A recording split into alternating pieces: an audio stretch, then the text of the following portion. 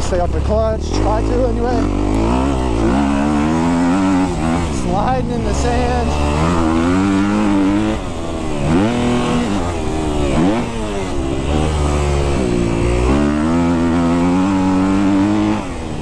Dude, it revs out so far. I feel like I could shift up the fourth sometimes, but the power just keeps going.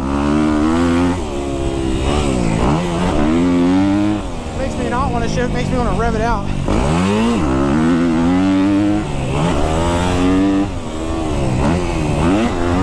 This bike's awesome. Nothing wrong with the power. You gotta rev it up a little bit, like you can't.